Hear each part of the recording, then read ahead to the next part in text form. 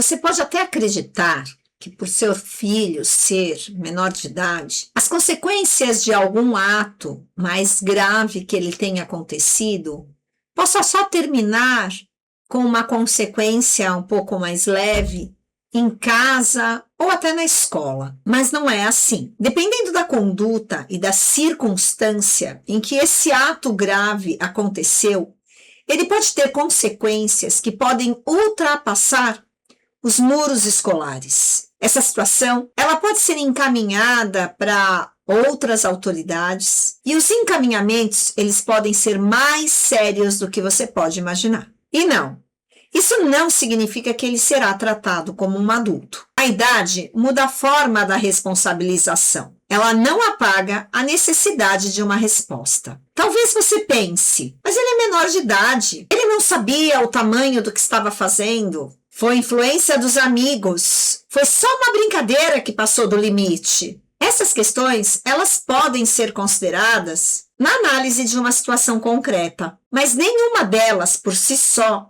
significa que não haverá consequências. E é essa crença que eu quero conversar com você hoje nesse vídeo. Ser menor de idade não significa estar fora do alcance da lei. Hoje eu vou explicar para você, de um modo geral, o que acontece a partir da legislação que vigora em nosso país, quando um adolescente se envolve numa conduta mais séria, que traz consequências tanto para ele como para outros. Sendo que essas consequências, elas podem ser físicas, emocionais e até materiais. Quando o adolescente, ele pratica algum ato grave, pela legislação, é considerado um ato infracional. Nessa mesma legislação, nós encontramos quais são as medidas cabíveis, considerando o que aconteceu e a gravidade do ocorrido. E muitas famílias só procuram entender isso depois que alguma coisa grave aconteceu. E talvez esse seja o pior momento para você entender o que vamos falar hoje. Mas antes de continuar, eu preciso fazer um esclarecimento importante. Esse vídeo ele não pretende classificar juridicamente o caso que aconteceu há poucos dias, ou atribuir responsabilidades ou acusar famílias. Os fatos precisam ser apurados e a participação de cada pessoa deve ser analisada individualmente e com respeito a todos os envolvidos. Esse caso ele serve apenas de ponto de partida para o que vamos conversar nesse vídeo. O objetivo é que esse vídeo se torne uma conversa educativa e informativa sobre o que a legislação brasileira indica quando acontecem casos como esse. No primeiro episódio dessa série, nós conversamos como os limites eles precisam ser construídos mesmo antes de uma crise. Eu mostrei a vocês que uma criança ou uma adolescente, eles não devem começar a respeitar um limite apenas depois de uma bronca. Eu expliquei que essa aprendizagem ela começa muito antes. Ela começa em cada não que ela recebe, em cada rotina bem estruturada do que ela deve fazer e do que ela não deve, das pequenas responsabilidades que a criança vai adquirindo ao longo do seu crescimento e do seu desenvolvimento, até se tornar adolescente e essas responsabilidades ganharem corpo. E também conversamos que toda escolha traz uma consequência. E falamos algo que é essencial para o entendimento de tudo o que vamos discutir nesses 3 episódios. Compreender a imaturidade do cérebro da criança e do adolescente não significa desculpar qualquer comportamento. O cérebro da criança e do adolescente ainda está em desenvolvimento. Então, ele é muito imaturo para muitas ações que ele faz cotidianamente.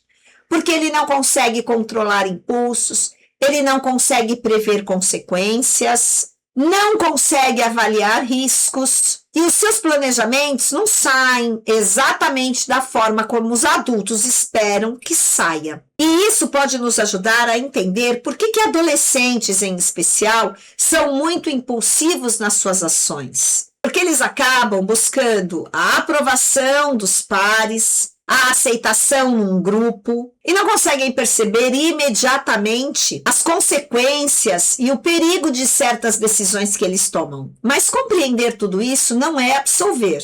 Na verdade, quanto maior for a imaturidade desse cérebro, maior deve ser a supervisão de um adulto, por meio de orientação, de supervisão e de acompanhamento constante. No final do episódio passado, eu deixei para vocês algumas perguntas. O que acontece quando um limite ele não é testado apenas dentro de casa? E o que acontece quando a escolha de uma criança ou de um adolescente ultrapassa o espaço familiar, coloca outra pessoa em risco e chega à escola ou até a outras autoridades? É desse ponto que vamos partir hoje, porque existe uma diferença muito grande entre uma consequência familiar, uma consequência escolar e uma resposta prevista pela legislação. E muitos pais só compreendem essa diferença quando já estão emocionalmente envolvidos numa situação grave. Existe uma frase que ela aparece de modo muito forte quando um adolescente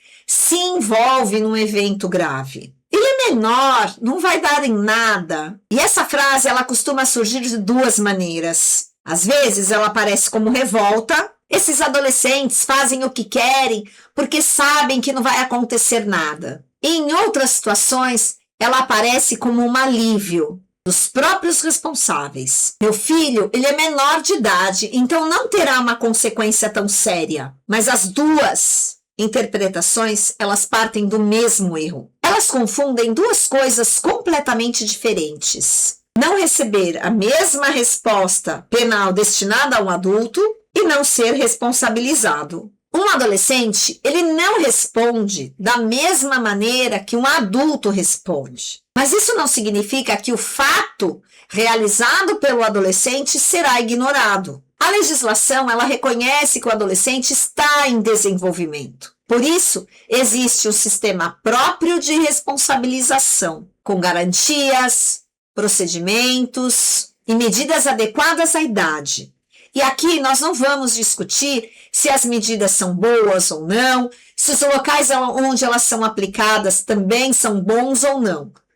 Aqui o foco de discussão é trazer para você, pai e mãe, a clareza do que pode acontecer e a clareza de que você precisa estar presente sempre com o seu filho, especialmente o adolescente, que ainda está em processo de formação, que tem um cérebro imaturo e precisa de você para funcionar como cérebro maduro para ele. A aplicação de qualquer medida para um adolescente, ela sempre precisa ser avaliada, investigada, checada. Os fatos precisam ser apurados, as provas recolhidas, as circunstâncias do ocorrido precisam ser entendidas para tipificar a conduta, para entender a gravidade da conduta, da situação individual do adolescente. E um dado que é muito importante, principalmente aqueles que acontecem na escola, é que as famílias precisam entender que em determinadas situações a resposta da escola não encerra o assunto. Conforme a natureza e a gravidade da ocorrência, outros órgãos podem ser comunicados para realizar apurações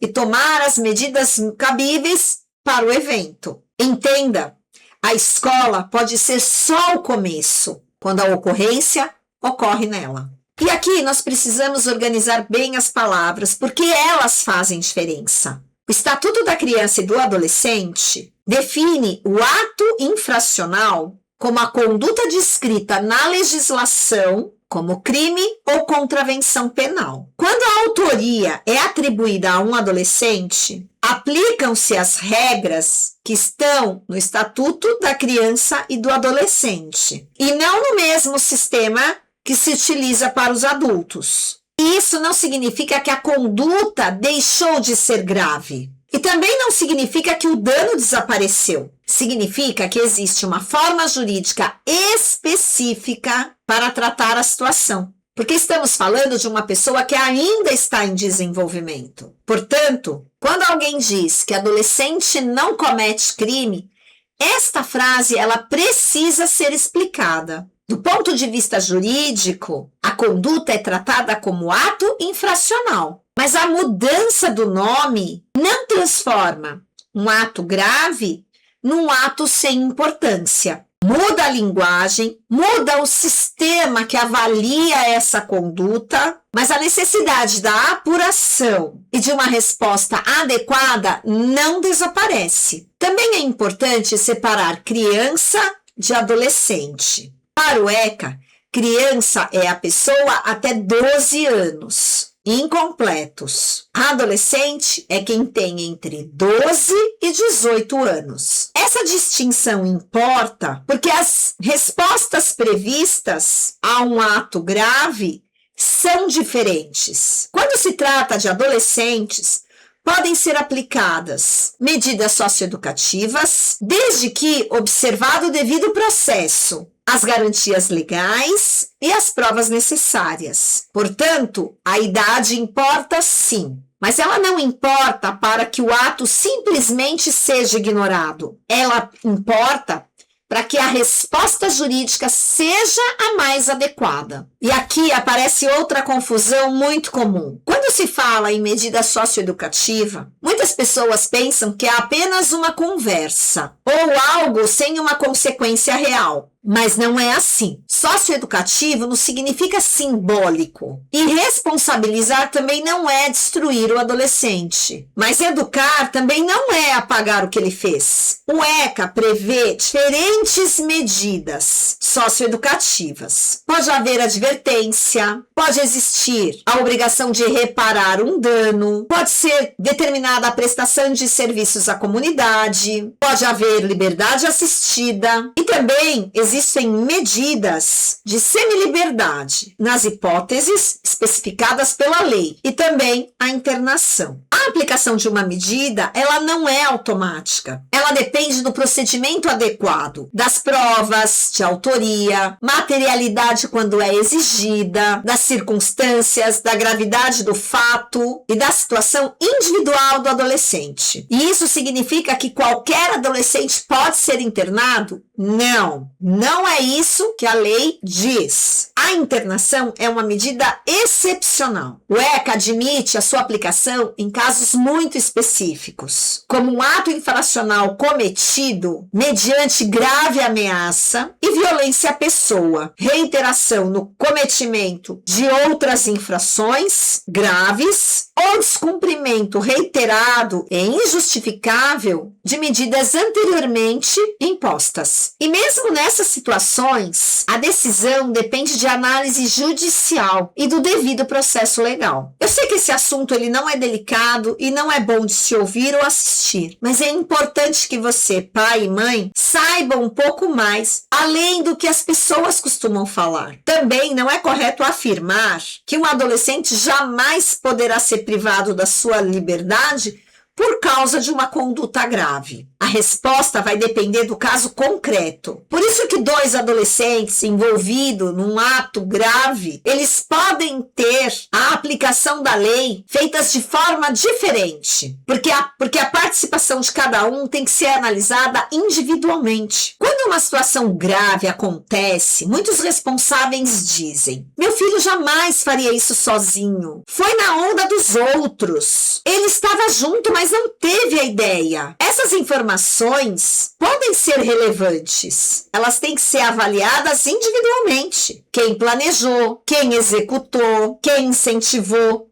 quem prestou auxílio, quem tentou impedir, quem apenas tomou conhecimento do fato, a simples presença, o conhecimento do fato, o incentivo, o auxílio e a execução são situações diferentes. Não se pode presumir que todos tiveram a mesma participação. Mas existe um ponto que a família precisa compreender. A influência dos amigos pode sim ajudar numa decisão, mas não elimina automaticamente a responsabilidade pela participação efetivamente comprovada. O seu filho precisa aprender que estar no grupo não apaga a sua cota de responsabilidade individual. E essa aprendizagem, ela precisa ser construída antes de qualquer situação grave. O grupo, ele influencia, mas a participação de cada um precisa ser apurada. Muitas vezes, os pais comentam: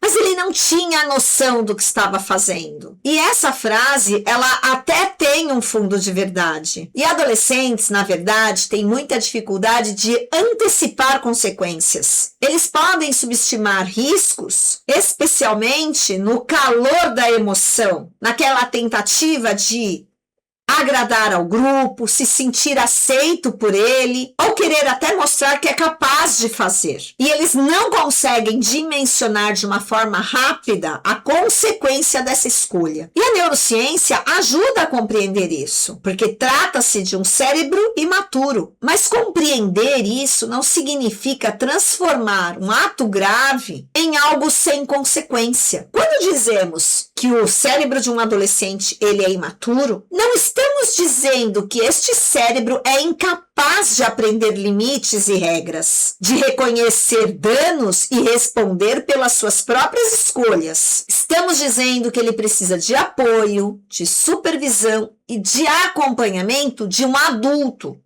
que possui um cérebro já amadurecido. Portanto, o cérebro do adulto torna-se o lobo pré-frontal do adolescente. A imaturidade não torna os limites menos necessários, ele torna os limites ainda mais necessários. A resposta, ela precisa acompanhar o desenvolvimento do adolescente e, ao mesmo tempo, ajudá-lo a compreender a dimensão do que ele fez, reparar aquilo que for possível e compreender o impacto das suas escolhas na vida dos outros. Agora, tem uma parte aqui que muitas famílias desconhecem. Um adolescente, ele pode receber uma medida relacionado ao ato que lhe foi atribuído e comprovado no procedimento adequado. Além disso, os danos causados podem produzir consequências civis. O Código Civil prevê, em determinadas circunstâncias, a responsabilização dos pais pelos atos cometidos pelos filhos menores que estiverem sob sua autoridade e em sua companhia. Isso pode envolver reparação de danos materiais ou morais, conforme os fatos e a análise realizada juridicamente no caso concreto. A existência e a extensão dessa responsabilidade não devem ser afirmadas de forma automática em um vídeo geral. Elas dependem das circunstâncias, da relação entre os envolvidos, do dano demonstrado e da avaliação jurídica correspondente. Por isso, precisamos evitar os dois extremos. O primeiro é dizer: os pais são sempre culpados por qualquer coisa que os seus filhos façam. Não é isso. Uma conduta adolescente pode envolver decisões individuais, influência dos pares, contexto social, dinâmica escolar, acesso a conteúdos, impulsividade e características específicas da situação. Mas o outro extremo também é perigoso. Meu filho fez, então não tem nada a ver comigo. O ato pode ser do adolescente, mas dependendo do caso, as consequências civis também podem alcançar os responsáveis. E além da dimensão jurídica, uma situação grave pode afetar toda a rotina da família. Pode exigir comparecimentos, acompanhamento profissional, reorganização de horários, despesas, participação em reuniões e enfrentamento das consequências emocionais e sociais. É por isso que compreender a lei e entender a importância de uma boa criação, de ensinar regras, valores, princípios, limites, não é um excesso de preocupação, é parte da responsabilidade de criar um filho.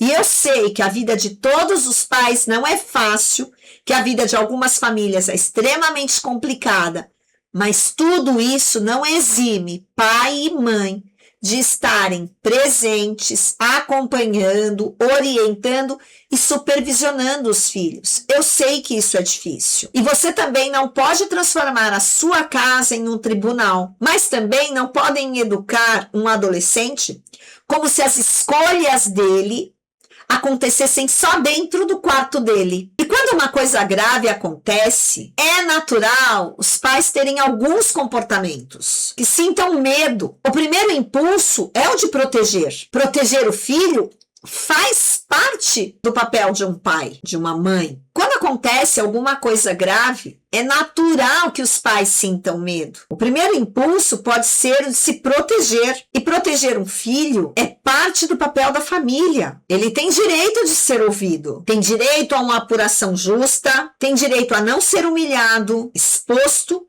ou condenado publicamente, antes da análise dos fatos. Ele tem direito à defesa e ao acompanhamento. Mas proteger não significa criar uma versão para livrá-lo de qualquer consequência. E também não significa pressioná-lo a negar tudo. Não significa atacar imediatamente a escola, a vítima, os outros adolescentes ou os profissionais envolvidos sem compreender o que aconteceu. Também não significa esconder informações, combinar versões ou tratar como perseguição qualquer tentativa legítima de apuração. Uma das formas mais difíceis de amar um filho é permanecer ao lado dele enquanto ele enfrenta uma consequência legítima. Isso dói e dói demais, porque nenhum pai e nenhuma mãe gostam de ver o seu filho sofrendo. Mas existe uma diferença entre sofrimento destrutivo e sofrimento educativo. Às vezes, é justamente o desconforto de enfrentar um erro, pedir desculpas, reparar um dano e enfrentar uma consequência proporcional que permite ao adolescente desenvolver responsabilidade. Acolher não é encobrir. Mas também tem um outro extremo, e esse eu preciso te falar. Alguns pais, tomados pela vergonha, pela raiva ou até pelo medo do julgamento dos outros, dizem assim: agora você se vira. Eu não quero saber de mais nada. Você acabou com a nossa vida. Não reconheço mais você. Isso também não educa. Responsabilizar não significa abandonar. Um adolescente que cometeu um erro grave, ele ainda precisa da presença do adulto. Talvez ele precise ainda mais desta presença neste momento em que ele percebe que escolheu errado e que agora as consequências virão. Não para apagar o que ele fez, não para impedir a apuração, mas ele precisa da sua presença para ajudá-lo a compreender, falar a verdade, enfrentar a consequência, reparar o que for necessário e preciso e construir, a partir dali, uma resposta diferente para situações parecidas. Ou seja, saber dizer não, sustentar o seu não, lembrar dos limites ensinados pelos pais, das regras ensinadas por eles. Então, a família, ela precisa transmitir duas mensagens ao mesmo tempo. Eu não concordo com o que você fez, mas eu não vou abandonar você durante esse processo de responsabilização. Seja qualquer situação em que ele vai ter que assumir essa responsabilização. Essas duas frases, elas podem coexistir. E essa coexistência é a parte mais difícil de ser pai e ser mãe. Se por acaso seu filho se envolver numa situação muito grave, o que você pode fazer? A primeira atitude é não transformar o medo numa reação impulsiva. Não chegue imediatamente acusando todo mundo. Não obrigue seu filho a repetir uma versão que você gostaria de ouvir. Não minimize o fato antes de compreendê-lo. E não faça ameaças que você não vai conseguir sustentar. Primeiro, procure entender o que aconteceu. Você pode perguntar: o que você fez? O que você viu? O que você sabia antes? Quem mais estava envolvido? Em algum momento você percebeu que podia ferir alguém? Você tentou interromper? O que aconteceu depois? Existe alguma coisa que você não me contou porque está com medo? Escute sem oferecer uma resposta pronta. Seu filho, ele pode tentar minimizar, sentir vergonha, culpa, pode tentar culpar o grupo, chorar, se irritar ou insistir que não foi nada grave. A sua função não é realizar uma investigação policial na sua casa, mas também não é assumir automaticamente que a primeira versão apresentada é a mais verdadeira do mundo. Depois disso, acompanhe os procedimentos da escola conforme a gravidade, procure orientação profissional adequada, leia os documentos antes de assinar, entenda quais órgãos foram acionados, evite expor a criança, adolescente e profissionais nas redes sociais, preserve a possibilidade de uma apuração séria e não transforme a defesa dos direitos do seu filho em uma guerra contra todos os adultos. Defender direitos é diferente de impedir responsabilidades. Entenda, menor de idade não significa sem consequência. Significa que a resposta deve considerar alguém que ainda está em desenvolvimento. Isso não é impunidade e também não é vingança. É responsabilização adequada à idade, à gravidade da situação, às provas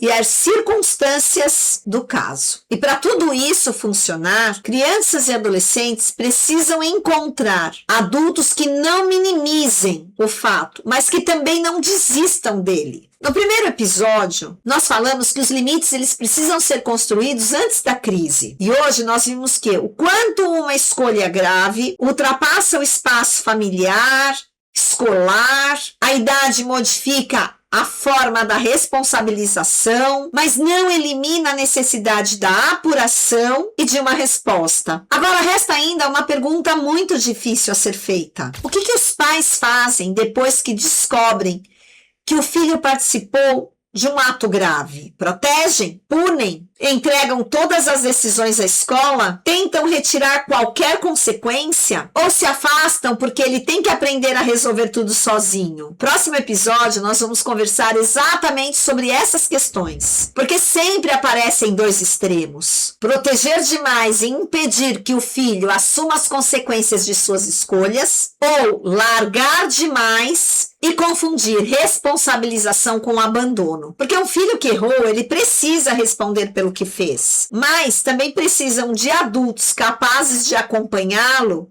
enquanto ele responde ao que fez. E se esse vídeo ajudou você a entender um pouquinho mais sobre responsabilização e a entender que responsabilização não é sinônimo de punição adulta e que menoridade não significa ausência de consequência, compartilhe esse conteúdo com outros pais. É muito triste saber que muitas famílias só acabam aprendendo estas coisas quando estão no meio de uma situação grave. E informação, nesse caso, não serve para colocar medo em você. Serve para impedir que o medo decida no lugar dos pais. Este é o segundo episódio da série Criação, Limites e Responsabilidade. O primeiro episódio já está disponível na playlist. E no próximo nós vamos conversar sobre acompanhar um filho depois de um erro grave, sem encobrir e sem abandonar. Espero você no próximo vídeo.